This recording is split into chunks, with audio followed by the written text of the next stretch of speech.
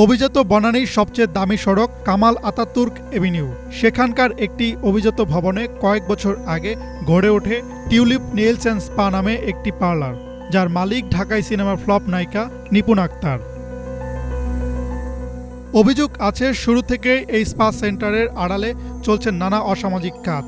সেবাগ্রহীতা সেজে গেলে বেশ কিছু সেবার কথা বলা হয় সেখানে, তবে সাংবাদিক পরিচয় দিতেই আটকে দেওয়া হয়। আর এ নিয়ে কথা বলতেও অস্বীকৃতি জানায় পার্লার কর্তৃপক্ষ।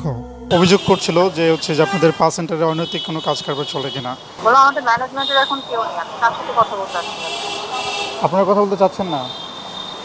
সরি, বলো আপনারা কথা বলতে চাচ্ছেন না? এখন কথা বলার কেউ নাই। আচ্ছা, কেউ নাই। কখন আসবো, কখন কথা বলতে পারবো? আমি জানাচ্ছি আপনাকে, ম্যানেজমেন্টের সাথে কথা বলতে। ঠিক আছে। পরিচয় প্রকাশে অনিচ্ছুক নিপুণের এক ঘনিষ্ঠ সূত্র জানায়, এই স্পা সেন্টারে চলচ্চিত্রের বিভিন্ন নায়িকাদের দিয়ে সেবা দেওয়া হতো, আর সেখানে অধিকাংশ খদ্দের ছিলেন আওয়ামী লীগের অনেক নেতা। একজন ফ্লপ নায়িকা বনানীর মতো অভিজাত এলাকায় কিভাবে ব্যয়বহুল ব্যবসা প্রতিষ্ঠান খুললেন তা অনেকের কাছে বিস্ময়ের কারণ। গুঞ্জন আছে আওয়ামী লীগের প্রভাবশালী নেতা শেখ ফজলুল করিম সেলিম নিপুণ আক্তারকে উপহার দেন অভিজাত এই পার্লারটি। এর আগে খবর বেরিয়েছিল নিপুণকে শিল্পী সমিতির নির্বাচনে জেতাতে ১৭ বার এফডিসিতে ফোন করা সহ সম্ভব সবকিছুই করেছেন শেখ সেলিম। কিন্তু কেন? এ বিষয়ে হাটে হাড়ি ভেঙেছেন নিপুণের প্রাক্তন স্বামী সাজ্জাদ হোসেন অপু। তার অভিযোগ, আওয়ামী লীগের নেতা শেখ সেলিমের সঙ্গে বিশেষ সম্পর্ক আছে আলোচিত এই নায়িকার। তাদের অবৈধ সম্পর্কের জেরে নিপুণের সঙ্গে বৈবাহিক সম্পর্ক ছিন্ন করেন অপু। ও ছিল রক্ষিতা, তার আর কি, তার অপকর্মের কোনো শেষই নাই। এবং সে শেখ সেলিমের ভয় দেখায়া আমাকে, আমি বাংলাদেশে যেতে পারতাম না, বুঝছেন, শেখ সেলিমের খালি ভয় দেখাইতো। খবর নিয়ে জানা যায়, নিপুণের বাবার বন্ধু ছিলেন শেখ সেলিম। দুজন ঢাকা বিশ্ববিদ্যালয়ের হলে একই রুমে থাকতেন। প্রাক্তন স্বামীর অভিযোগ, এক পর্যায়ে বাবার বন্ধুর সঙ্গে অনৈতিক সম্পর্কে জড়ান নিপুণ। সেই সম্পর্কের জেরে প্রভাবশালী হয়ে ওঠেন নিপুণ, হয়ে ওঠেন চলচ্চিত্রের মাফিয়া।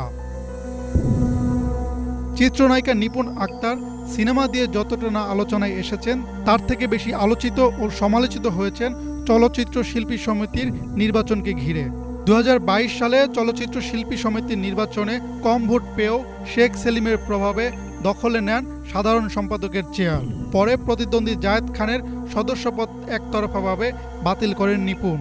সবসময় বলতাম যে নিপুণের পিছনে বড় কোনো শক্তি আছে যার কারণে এগুলো হইতেছে। আমি বারবার বলছি, এবং যত জোর দেখাইতো আমাকে, ক্ষমতার ভয় দেখাইতো আমাকে, কত কিছু, একটা যে নির্বাচিত মানুষকে ই করে ফেলছে। সবকিছু শেখ সেলিমের ইন্ধনে করতো। আর কি করবে? সেই তো সত্যি, একমাত্র শক্তি তার এগুলো সব। নির্বাচনের পরে অনেক এফডিসি যেতে পারতেন না, করতেন না, এটা সবকিছু তো শেখ সেলিমের জন্য করেছে, তাই না? সবকিছু ওনার, সব ওনার এই কারণে আমি আসতে পারতাম। চলতি বছরের এপ্রিলে অনুষ্ঠিত সর্বশেষ নির্বাচনে খলনায়ক ডিপজলের কাছে হেরে পরাজয় মেনে ফুল দিয়ে বরণ করে নেয়ার কয়েকদিন পরে আবার আদালতে মামলা করেন নিপুণ।